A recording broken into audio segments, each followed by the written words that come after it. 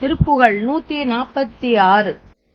குருதி மலஜலம் ஒழுகு நரகுடல் அரிய புழுவது நெளியும் உடல் மத குருவி நினச்சதை விளையும் உலை சளி உடலூடே குடிகள் என பல குடிகை வலி கொடு குமர வலி தலை வயிறு வலி என கொடுமை என பிணி கலகமிடும் இதை அடல் பேணி மருவி மதனன் உள் கரிய புலகிதமணி அச்சல பல கவடி மலர் புனை மதன கலை கொடு குவடு மலைதனில் மயலாகா மனது துயரற வினைகள் சிதறிட மதன பிணியோடு கலைகள் சிதறிட மனது பதம் உற எனது தலை பதம் அருள்வாயே நிருதர் பொடிபட அமரர் பதிபெற நிச்சித அறவளை முடிகள் சிதறிட நெறிய கிரி கடல் எரிய உருவிய கதிர்வேலா நிறைய மலை பொழி அமரர் முனிவரும் நிருப குருபர குமரர் சரண்யன நெடிய முகில் உடல் கிழிய வரு பரி மயிலோனே பருதி மதி கனல் விழிய சிவனிடம் மருவும் ஒரு மலை அறையர் திருமகள் படிவ முகில் என அரியின் இளையவள் அருள்பாலா பரம கணபதி அயலின் மதகரி வடிவு கொடுவர விரவு புறமகள் அபயம் என அணை பழனி மருவிய பெருமாளே மனது துயரற வினைகள் சிதறிட மதன பிணியோடு தலைகள் சிதறிட மனது பதம் உற எனது தலை பதம் அருள்வாயே.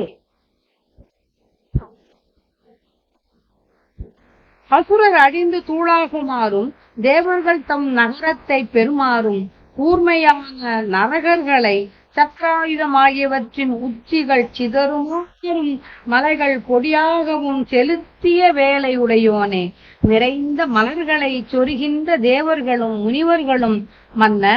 குருபர குமரா அடைக்கலம் என்று சொல்லி நின்னை தஞ்சமாய் அடைய நீண்ட மேகத்தின் உடல் கிழியுமாறு ஊடுருவி வருகின்ற தாங்கும் வல்லமை கொண்ட மயிலோனே சூரிய சந்திர அக்னி என்ற 3 சுடர்களையும் 3 கண்களாக கொண்ட சிவபெருமானின் இடப்பாகத்தில் உள்ளவளும் ஒப்பற்ற இமவானின் மகளானவளுமா மேகம் போன்ற திருமாலின் தங்கையானவளுமான உமையம்மையார் பெற்றருளிய திருமகனே பரம்பொருளான விநாயகப் பெருமான் மத யானையின் வடிவு கொண்டு பக்கத்தில் வர அப்போது வள்ளியம்மையார் அடைக்கலமாக வந்து தழுவி கொள்ளும்படி நின்ற பழனிமலையில் வீற்றிருக்கின்ற பெருமாளே உதிரம் மலம் நீர் என்பவை ஒழுகும் மனித உடலையும் சிறிய புழுக்கள் நெளியும் உடலையும் கொண்டு மதம் கொண்ட விகார வடிவம் கொண்டவனாய் நிணம் சதை சளி என்பவையெல்லாம் உடலில் குடியிருப்பவர் போல் பலவும் குடிகொண்டு வன்மையான கொடுமையான குமர கண்டவலி தலைவலி வயிற்றுவலி ஆகியவை உடலினுள் இருந்து கலகம் செய்வது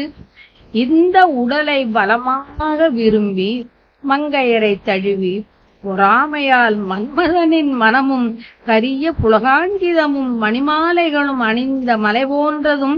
பல கரை போன்ற அணிகளும் மலர்களும்